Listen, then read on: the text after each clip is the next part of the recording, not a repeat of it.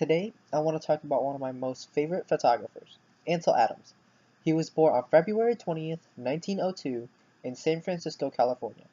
Adams rose to prominence as a photographer of the American West, using his work to promote environmental conservation.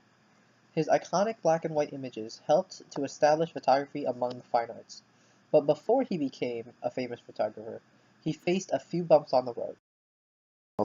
As a young child, Adams was injured in the San Francisco earthquake of 1906. This left him with a broken nose that was never properly set and remained crooked for the rest of his life. This crucial event caused him to be hyperactive with few friends and caused him to be dismissed from several schools for bad behavior. He was educated by private tutors and members of his family from the age of 12.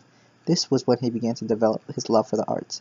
Adams taught himself the piano, which would become his early passions.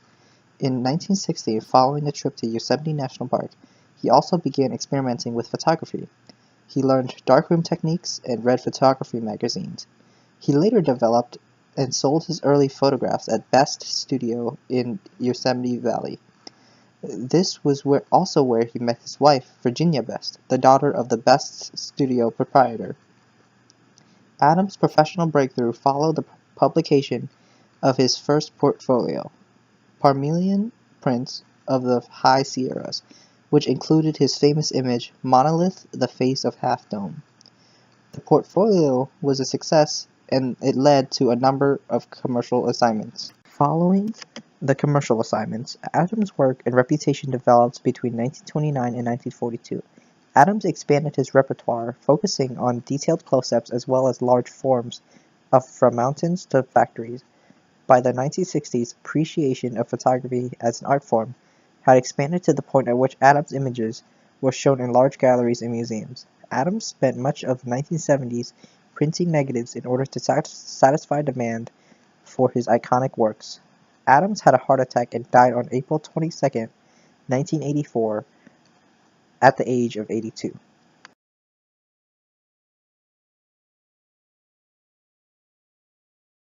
In Adams' early career, he strongly favored the pictorial style of photography. However, in 1930, Adams met photographer Paul Strand, whose images had a powerful impact on Adams and helped to move him away from the pictorial style he had favored in the 1920s.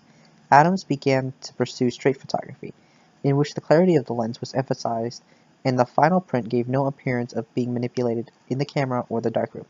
He then used his style to capture his most famous intimate nature photos.